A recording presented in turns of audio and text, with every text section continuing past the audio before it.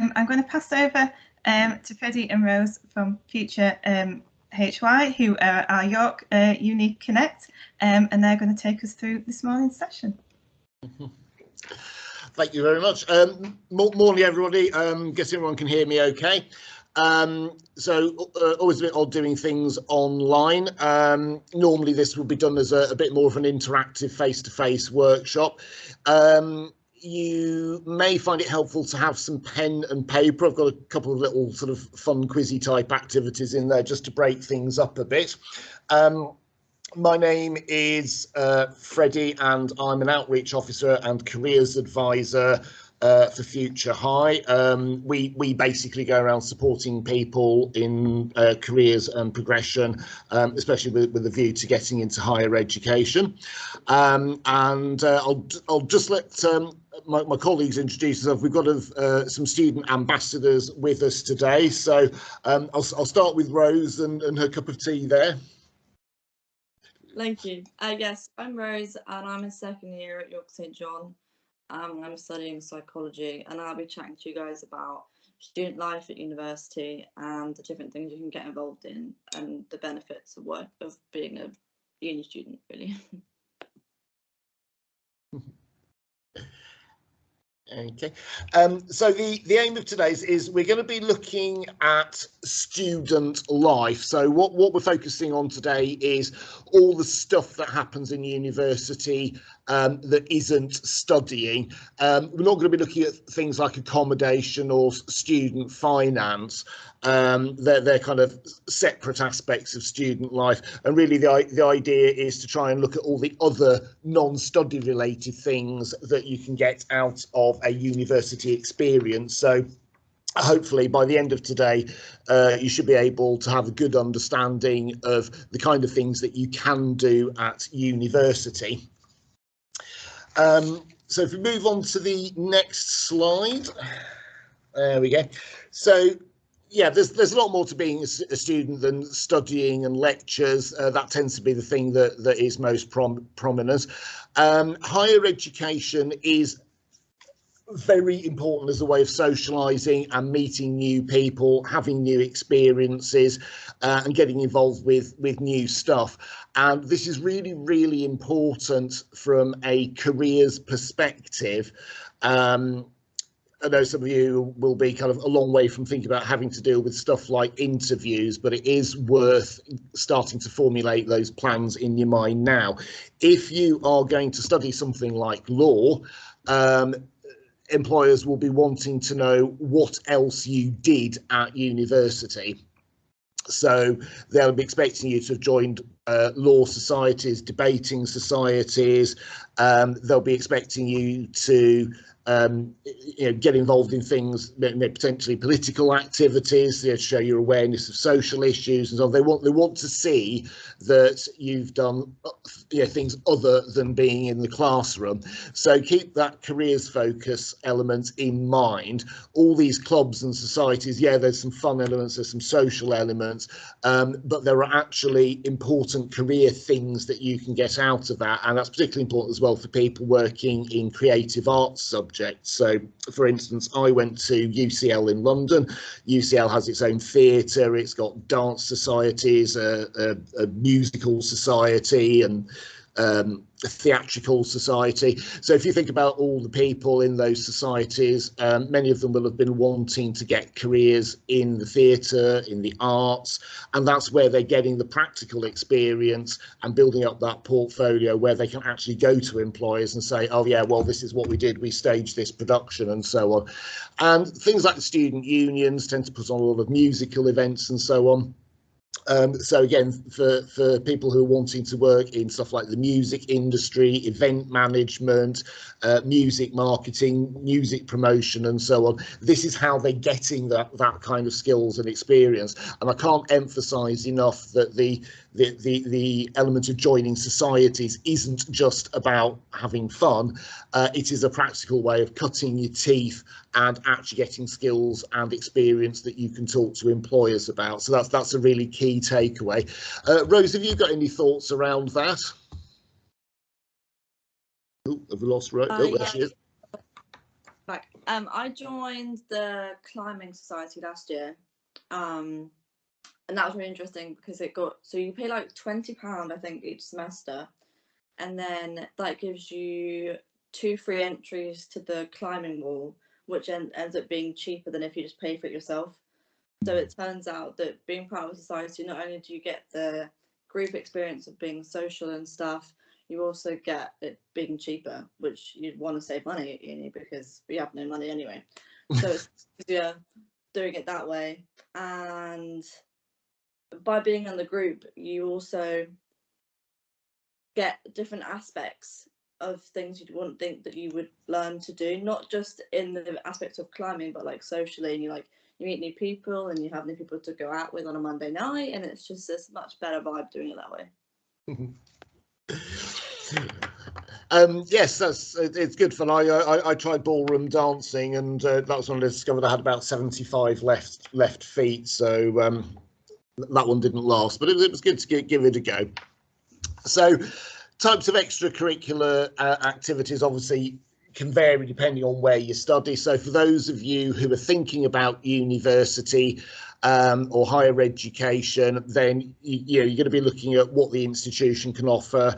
Think about, do you want to be in the middle of a big city? Do you want to be on a more more of a campus university?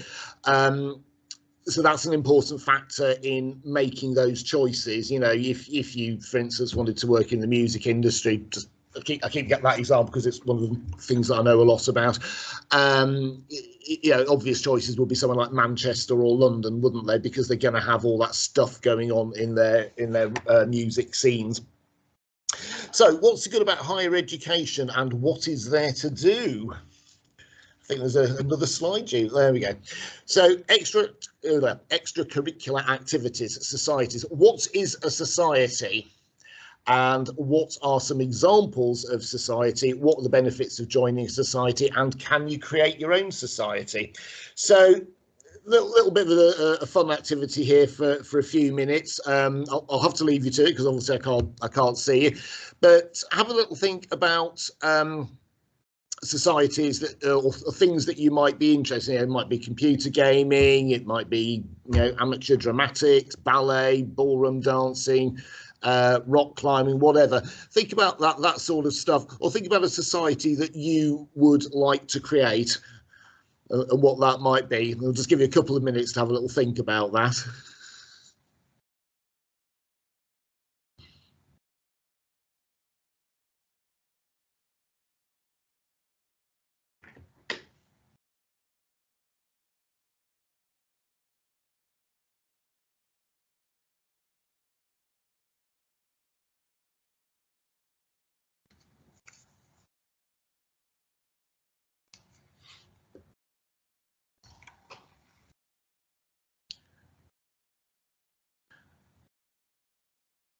I think everyone's probably had enough time to think that one through. The process for creating a society is going to vary between institutions. So, for instance, York St John University, just down the road from me, I think you have to have a minimum of 10 students to create one, and it has to be approved by the student union. They normally have to be affiliated to things like that. So there is actually a process.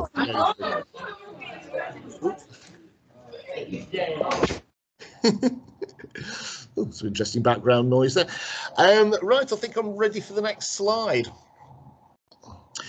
So extracurricular activities, sports. So again, there are lots of sports societies, and again, this is a crucial thing that might factor in choosing a university and is also an important element in careers conversations.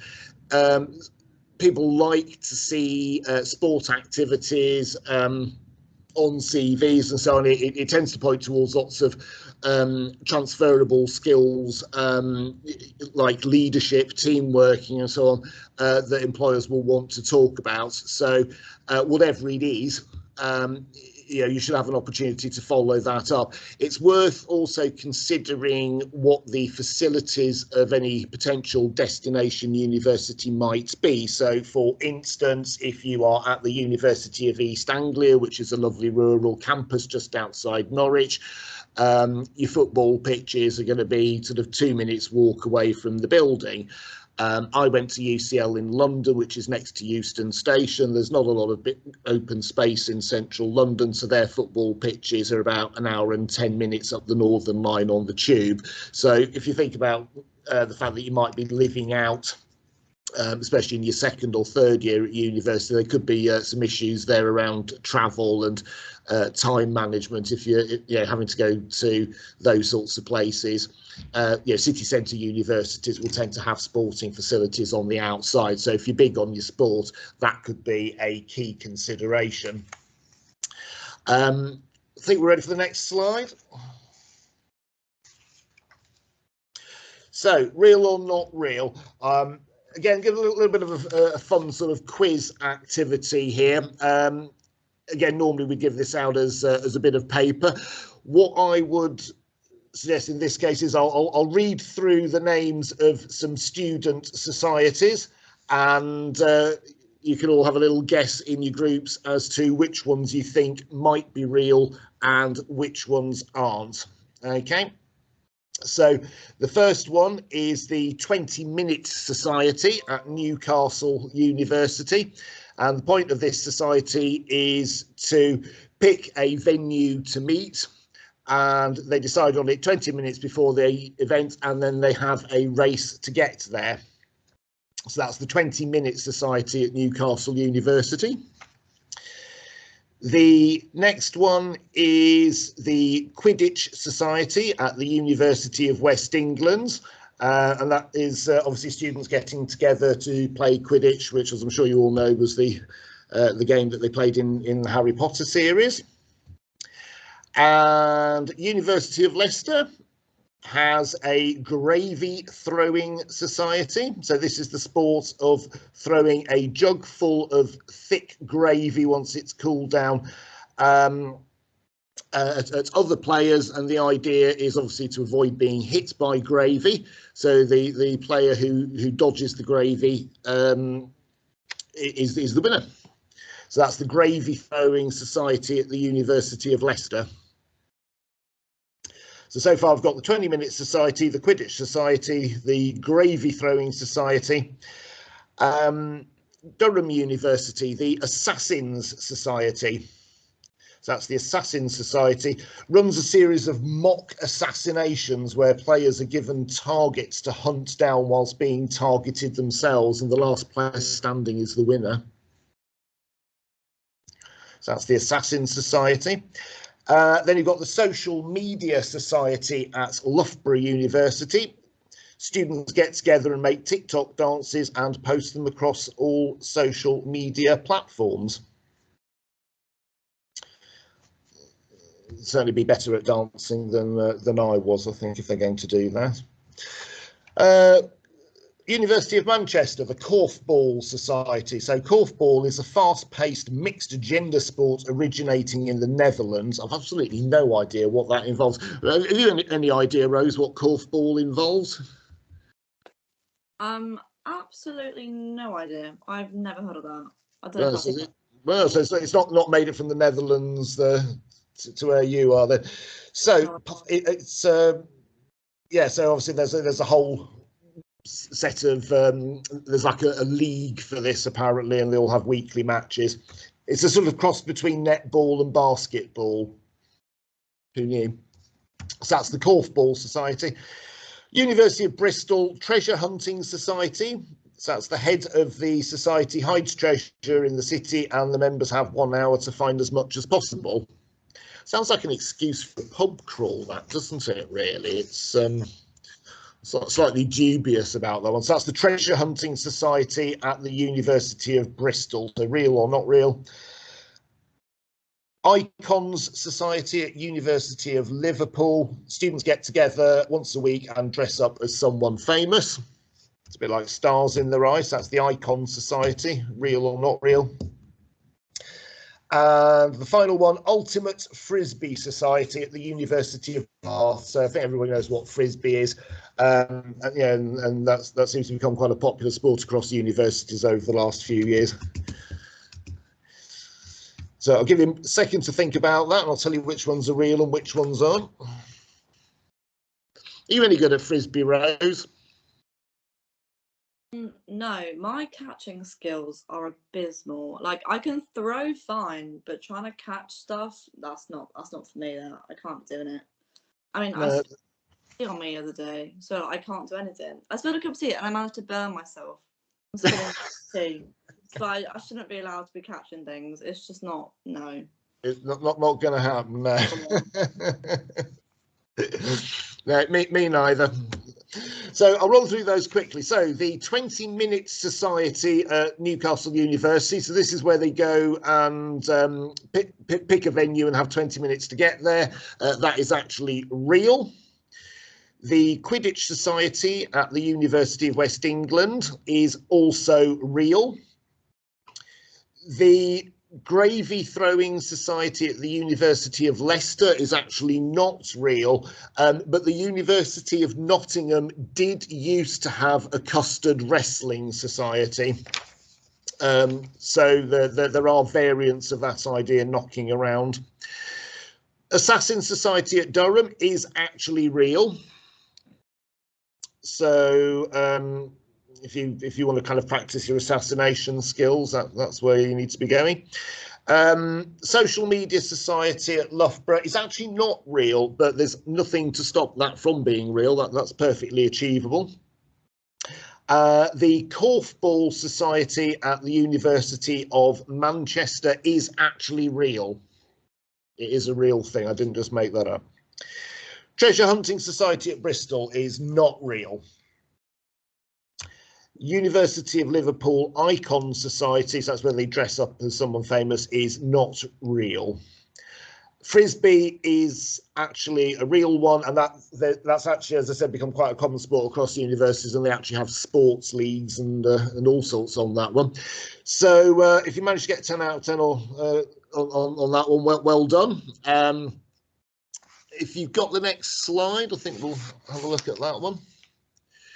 So what is a students' union? I think many of you will have heard of a students' union. Some of you might have some brothers, sisters that have been to university. And what do they actually offer? So there are a number of facilities that the student union provide, the most obvious one being social facilities. They tend to have things like bars, cafes, social spaces, and they may have other resources as well, like computer rooms and so on, which can be handy for studying. Is this one of these slides where we've got some clicky bits on it? Oh, there we go.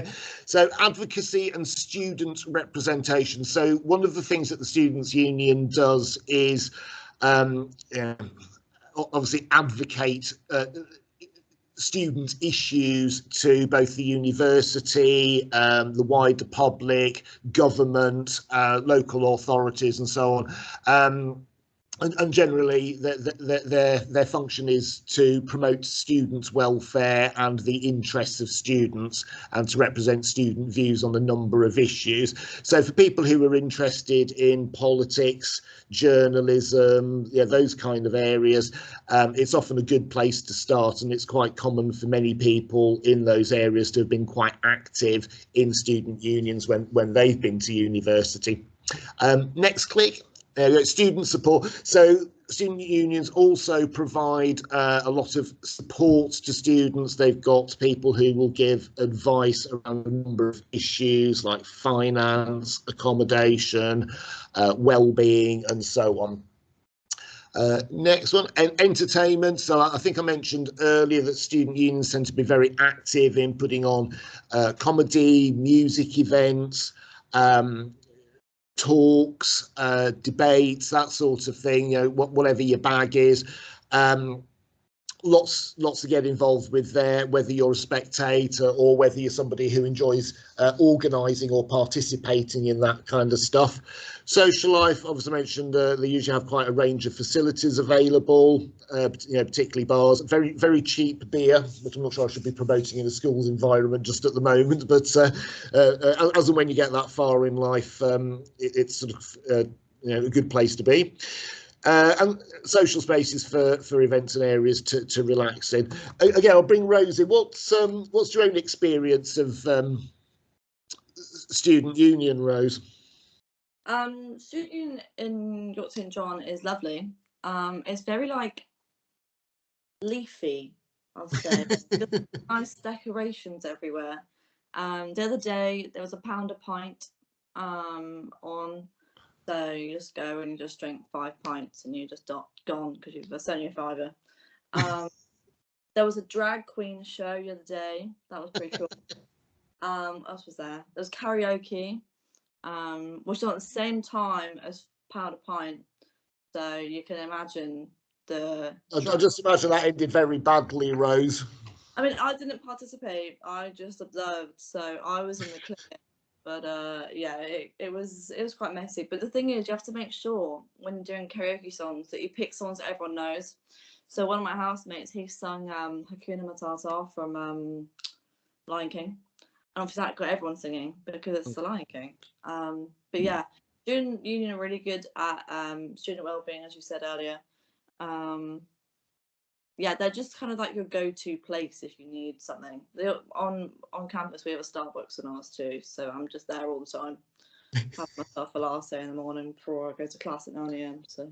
Of course, coffee is king. Another thing as well that's worth mentioning is that membership of the student union will generally get you a vast range of discounts in a number of shops, stores, venues, clubs, whatever. So for that reason alone, it is worth considering. There's a huge range of things that you're entitled to get money off of with the Students' Union. Next slide, please.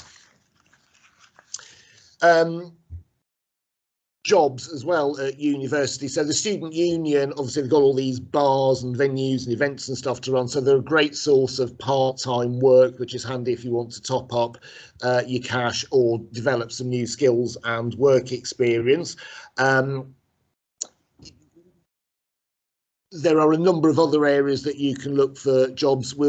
We'll come to the careers service and facilities at your university very shortly, but it's worth bearing in mind that universities are quite commonly a recruiting ground for a number of part-time roles, and they will be advertised, whether it's within the university or other people from outside the university looking to recruit. So when I was at university, I worked in a bookshop for a couple of years, which was just great because they also had a CD department, so I got my staff discount. So I really bolts up on my music collection, which is even now it's like cratefuls and takes over my house. And in the summer, I used to work in the halls of residence. When the students weren't there, they often used to let the halls of residence to like summer schools and this kind of stuff. But they would give some of the students a job just kind of looking after the students who came in, and you got free accommodation for the summer, which was mint because I went to London. Obviously, my family was in Yorkshire. I didn't really want to schlep home to Yorkshire for the summer, so it basically gave me a cheap way of staying in London, and I got spending money, which was great. And it meant not having to move all my stuff around, especially my CDs. So think about that. And again, back to the careers conversation, crucial thing to consider there is what skills you can develop, what you can get onto your CV. And again, think about issues like time management, those kind of transferable skills. If you're having to manage study, part-time work, potentially other commitments as well, these are the kind of things that employers want to hear about. So anything that you think about with university, yes, by all means have lots of fun, but just keep that element of what can I get out of it from a careers and an employability perspective at the back of your mind. Any thoughts on that, Rosie? Have you got any part-time jobs? Well, I'm a student ambassador So that's my kind of like part-time job situation, and then within that, I just help at the uni. So I'm doing this with you guys today, and then next Wednesday is graduation time for us at the minute. So with like helping people with like going to the right places and taking photos, and mainly that's my main job. Just because I'm doing psychology and that's quite a lot of writing. I already have lab reports to do, and I've only been here 2 days, so I've already got a lot going on. I didn't overwhelm myself by doing too much, because that's going to Well, that's a key consideration, isn't it, Rose? Because some degrees are going to be very timetable and study heavy. Notable examples being things like law and medicine, where you're likely to have a 9 to 5 lecture schedule and then tons of work to do outside that. Whereas, I studied art history and philosophy. So my timetable was fairly light, with a lot more independent study and research, which meant I could fit those commitments in.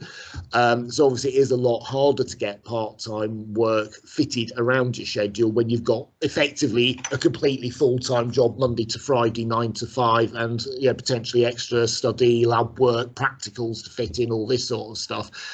Am I right as well in thinking, Rose, that in common with many degrees, the amount of lab time that you spend is quite important in terms of you coming out, say, being able to spend 60 hours in a lab, or be able to demonstrate that kind of stuff? Yeah, so for my degree personally, we don't have lab per se. We have, well, it's lab, but it's not like chemically. For me, it's more like SPSS, which is like maths and programming and stuff, and you have to do at least, if you don't go to the workshops for that, you'll have no idea what you're doing for your actual like assessment. So yeah, I know there's some people doing like biochem or biomed, they have lots of hours that they have to go to. So I think making sure you go to all your workshops so you know what's going on most of the time. And obviously, if from an employability perspective, if it's important to be able to demonstrate that you've had X amount of lab time or X amount of practical time doing this, that, or the other, that's not the kind of stuff you can skip just so you can fit a part-time job in, is it? Yeah, if you blab that on your CV, that you get there and they can tell you have not done 60 hours worth of lab work, they'll just know. It's not going to end well. Lovely, thanks, Rose. So next slide, please. So volunteering, again, lots of students do all sorts of volunteering and fundraising activities. Why volunteer? Well, that was fairly sort of self-explanatory. It's socially a good thing to do. It's personally developmental. It's certainly not obligatory. Again, it's the sort of thing that is very good to have on a CV, and I don't mean that to sound cynical. It's more about demonstrating to employers, or even as part of a university application, if you've already done volunteering, that there is a bigger picture to you. Both universities that are recruiting and employers that are recruiting generally want to see a rounded person. It's not just about your exam grades or being top of the class. What they want to see is what you're bringing to the university or bringing to the employer, what your values are, how you work as a person, and what else you've got to offer. So getting involved in things like volunteering and fundraising activities can be an important part of your application, and they're pretty crucial actually for sort of stuff like law, medicine, care-based professions, anything that needs practical experience. Again, just bringing Rose, have you got any sort of friends or colleagues that are doing this kind of stuff? No, but I am. I'm a course rep, actually. I was last year. So I was my course rep for psychology. So I was like feeling out in my year, letting the lecturers know if they need anything additional to help with the degree. A few years ago, I worked with Age UK, and I was helping elderly work out technology because they I've got to make sure they're up with the times, and so they can phone their kids and stuff like that.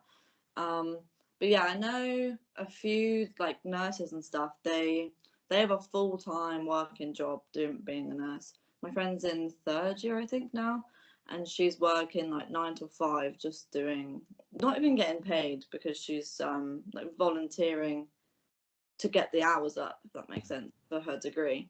So yeah, volunteering is kind of like a full-time commitment job if it's the right kind of volunteering for your degree. But it's a good opportunity to do anywhere, really. Yeah, and I guess sort of pretty crucial in terms of getting that stuff on the CV, in terms of her own progression, particularly for people who are interested in careers in things like the charity sector, care professions. There is an emphasis as well in things like law and medicine, on stuff like pro bono, where doing stuff for charity. So they like to hear about what you've been doing in the community. So it might be that some people have done this stuff already, and there will certainly be opportunities to do that in the university environment. Interesting, Rose, how did you get to be a course rep? So my psychology department put the feelers out for there and just kind of said, does anyone want to be able to be like the bridge between the students and the staff? And I was like, yeah, sure, I don't mind people, let's be the bridge. So then they basically just every week maybe like every other week we'd meet up and just ask how everyone's feeling with the course, and then feedback to the head of the department, who would then send out like a follow-up email to the whole cohort and just say, look, our course reps have said this, we'll try and make sure we have more support in this area, because obviously my first year was COVID year last year, so it was very much a mental health a centered year, because everybody was behind a screen and there wasn't much social interaction, so everyone found it a lot more difficult to bond with people.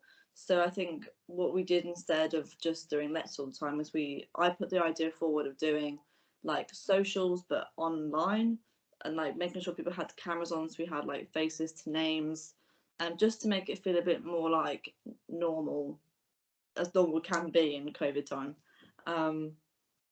So yeah, trying to make sure that everyone's doing okay mentally first before doing degree work, because you can't do that without the other one first, kind of thing. So just making sure everyone's doing okay, and then feeding that back to the lecturers and stuff like that. Great, lovely. So on to the next slide. I think that's volunteering covered. So study abroad. I'm just going to sort of skim over this one in outline, because it's a huge area. Study abroad, there are a number of ways that this can be done. Some degrees will have it as part of their degree. Very commonly with languages, you spend a year in the country that, whatever language it is that you're studying. Some courses have optional years to do that. There are also some universities that will allow you to do things like have a horizon year, so you can insert that. There are programs that will allow you to go and study through exchange schemes at other universities for a term or half a year or even a whole year. So there's quite a lot to explore in that area. In terms of why should you do it, you're going to get a lot of experience of travel, adapting to a different culture. It's obviously going to depend sort of how long you're there. It's an opportunity to immerse yourself in a different way of life in another part of the world. In terms of where you can go, the best people who can help you with that will be the careers service or the admissions team at destination universities. There will be a lot of different schemes, and these can sometimes operate at departmental level. So You know, for instance, I was in the art history department. Our department had connections with other art history departments in European universities. So that wasn't a university-wide scheme for the whole of UCL. It was just a relationship between that department and other art history departments. And there were a number of those sorts of schemes going on. The cost can vary. There are bursaries and grants available. If you are doing a year abroad as part of your degree, for instance, if you're doing a language course, or maybe something like international marketing, and you get a work placement that is abroad, you will usually be able to get some sort of funding towards that. Also, with things like work placements, usually there are university tuition fees to pay in the year that you're not there, but those are very, very significantly reduced. So if you think that a typical university would be charging about £9,000 for a year, if you have a year work placement, it's usually going to be around about the £1,500 mark, and all of that is fundable by the student loan company, provided it's a mandatory part of your course. Again, there are part-time jobs you can get, you can work abroad. The world has obviously become a little bit more complicated as a result of Britain's departure from the European Union. So what I would suggest, if anybody is looking into the idea of studying abroad, maybe at an American university, or having a year as part of whatever they're planning to study, that they look into that in detail in terms of visa and entry requirements. For people who are looking at over the next sort of couple of years, it's worth keeping COVID at the back of your mind. Hopefully it will start to retreat, but obviously in other parts of the world it is still prevalent, and it may well be the case that the restrictions will stay in place for some time. And there will be a number of individual requirements in terms of each country having their own policy on that sort of stuff, and on visa requirements and so on. But to answer the question, where can you go? You can go pretty much anywhere. These kind of schemes have expanded enormously, and they're actually still there despite Britain leaving the EU. It just means that the issue around passports and residency has become a little bit more complex if you're looking at Europe. But particularly with the emergence of countries in the Far East like China, there are options to be part of exchange programs there. Again, just bringing you in, Rose, have you or any of your friends done any study abroad? Yes, actually, I studied abroad last semester. I went to America. I went to Pennsylvania in America. Oh, wow. Studied there for a semester. So went in August. Their semester starts like end of August, and then I came back 19th December. So freshly back. Everyone in this house, actually, they all went abroad and then came back this semester. So I have one girl here who went to Norway as part of her degree. She's doing like childhood and then with languages as well, and she's doing Norwegian, one of her languages. And then two other people went to Oregon in America. I don't know what they study. Drama, I think one of them does. Yeah, and then the other one, Daisy, she came with me to Pennsylvania. So I went to junior art college in Pennsylvania, which is like in the middle of literally middle of nowhere. It's in literally the middle of Pennsylvania, which is literally just mountains. But no, it was great. I loved it over there. So I did all of it myself. So I planned everything myself. You do get lots of funding. I did here for this. You get the Turing scheme, and you get Erasmus if you're going to Europe. You also get student finance, so you can claim the money back after you've done it. Mm-hmm. You have to pay the first 300 yourself, but then after that you can claim it mostly back from student finance, which is very helpful, because I spent quite a lot of money on traveling and visas. Visas are a pain in the bum. Oh my gosh, to travel all the way down to London to go to the embassy, and then you have to pay a service fee. America is just a massive money making scheme, I tell you. Like, you go over there, you have to get your visa, you have to get a thing that says that you're going over there for educational purposes. You have to say how long you're going there for specifically. You can't be like, oh yeah, I think I'm going to be coming back on Monday, I'm not entirely sure. You have to give the exact time, the exact date you're coming back. And then if you do anything bad over there, you can get exported. It's just a whole palaver over there. But no, it was great. So I flew from London to New York, stayed in New York overnight, and then got the train the next day. The trains are awful. Like, they're really slow. I don't know if this is because I'm going out for a long time. Like, the distance from New York to Pennsylvania was like a 5-hour train. Is it just because America's bigger and it seems slower? See, I was thinking that, but I don't know. The train just seemed really, really slow for no reason. Like, it's not like our LNER train or nothing like that. They're just like the little steam train. That's the vibe I get from it. It's just so slow. So yeah, so that was cool. I didn't realize how much America were big on like it's like a movie. That's all I can describe it. You know, when you go and you see everyone on the bleachers and you get everybody like cheering for a team, and you've got the quarterback, and it was a big vibe like that. I have so much merch from them right now. Like, I've spent so much money in their school store, but I wish I could claim all that back, because I bought 3 hoodies and I bought joggers and I bought hats. I was just unnecessary things to buy, but I did anyway. So yeah, that was amazing. Do you think America just watched all the movies and actually turned into the thing that it was portrayed as? I think so. Oh, I think so. Yeah. So I think the key takeaway there is, if you're interested in studying abroad, it's doable, but there's a bit of planning, and use the resources around you, like careers advisors and other people who've been doing that, and facilities at the student union to help you plan all that sort of stuff. And also there is funding available, isn't there? Yeah, I think as well, like, planning it yourself makes you feel more confident about when you're going. Because if you just get like your parents to plan it for you, then because you're actually the one doing it, you have no idea what's going on. Whereas I planned every single thing. I got my itinerary ready. I did everything myself. I booked all the things. That just makes it so much easier for you when you're actually doing it, because you've done it. Like, you've planned everything. So I think taking matters into your own hands and doing it yourself makes it so much easier when you're actually doing it. So. Yeah.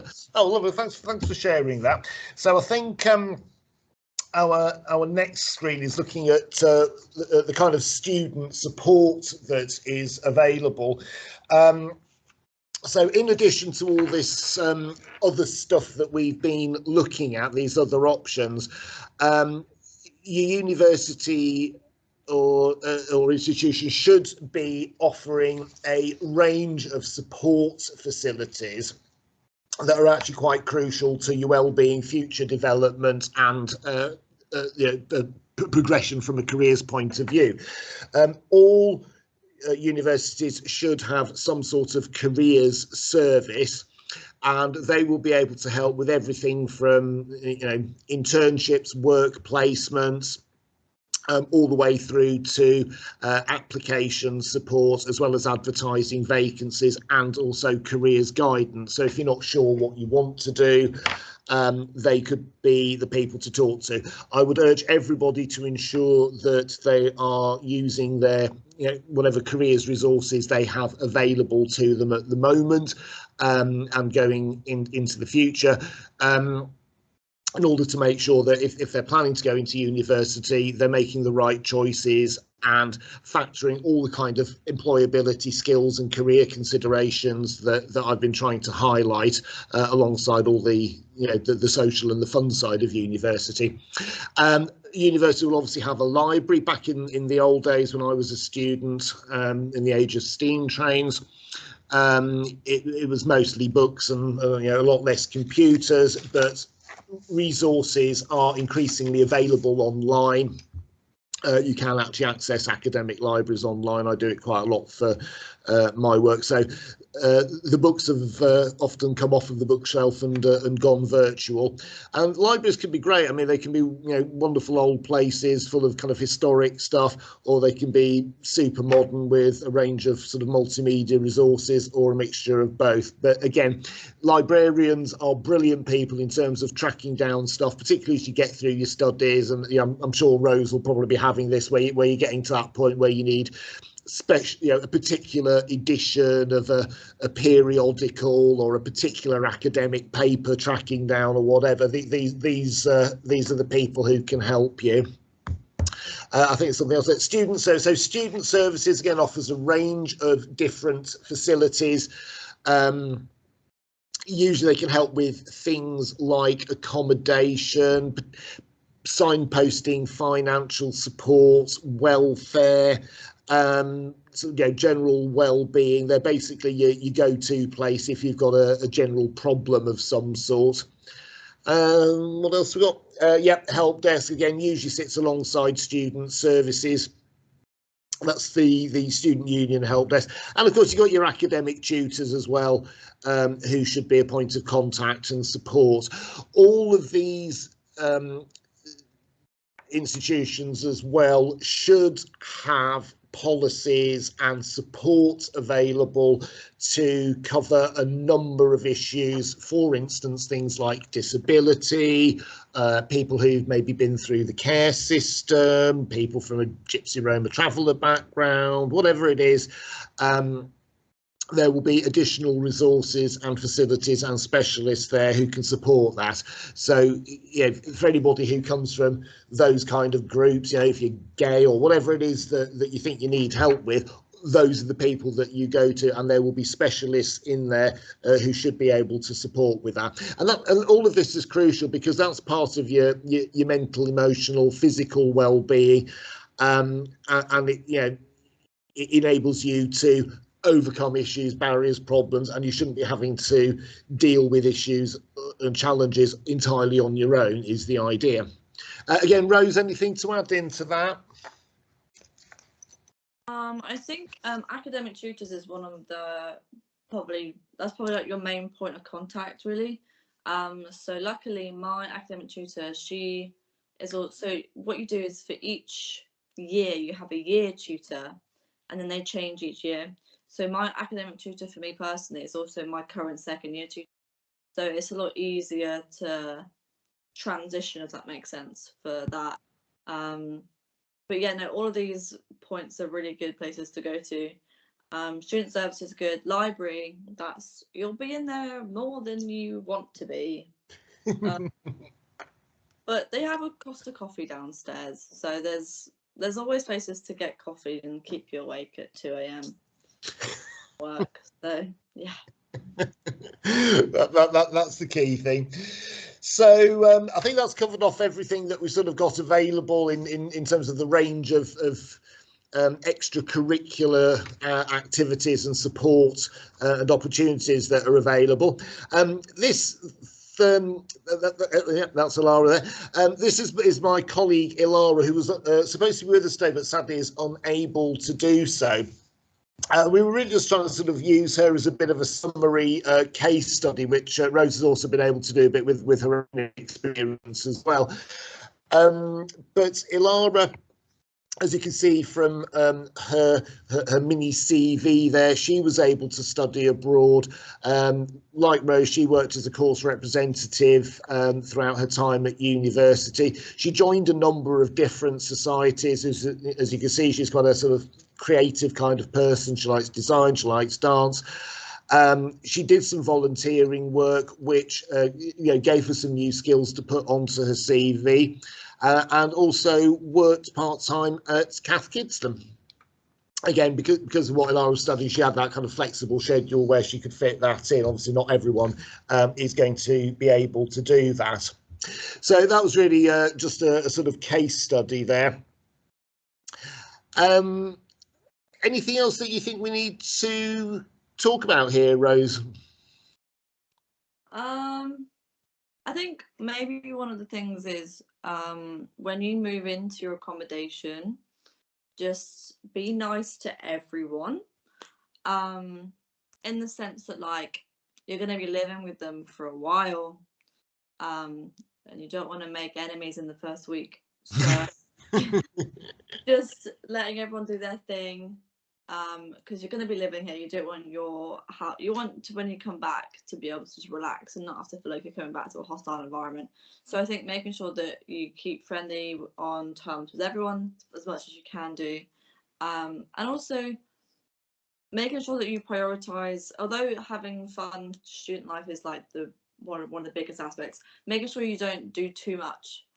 So I think making sure that you get all your work done and then you do student life stuff as an addition, because at the end of the day you are coming here to get a degree, and also to get drunk off £1 of pints. So yeah, I think that's about it really. I also remember to make time for yourself. I think you can kind of get like caught up in, oh, let's go out every night and let's go out all the time. But I think if you have like a few self-care days, I think is a good idea, because then you just recenter yourself and remember what's going on. But yeah.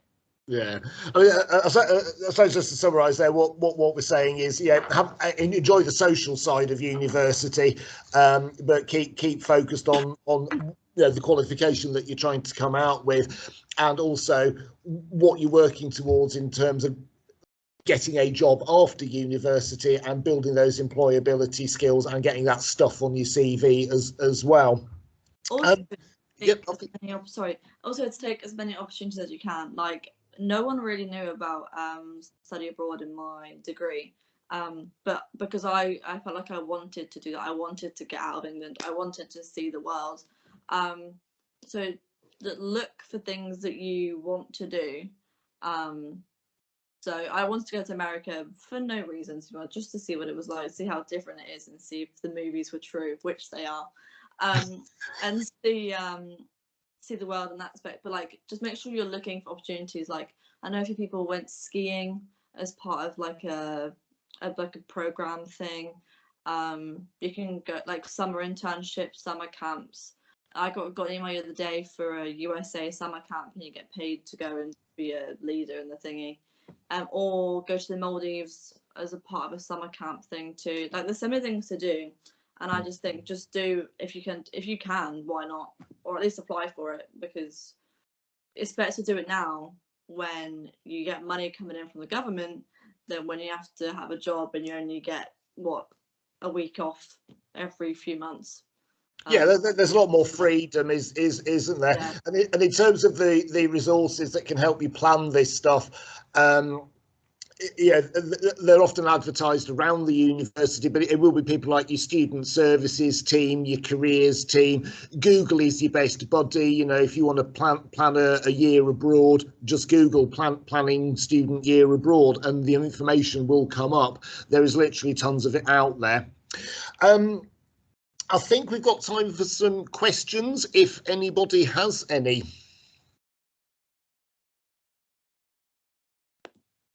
I saw a couple coming up in the chat, and then they disappeared. Joe, are you okay is there anything in chat? Feedback, any questions? If anyone would like to ask any questions now about university life, anything we've covered in today's session? Yeah, so we've got a question in from Charlotte. We have some students who are asking, what is the difference between degree, masters and PhD? Could you explain, please, and what's good about HE?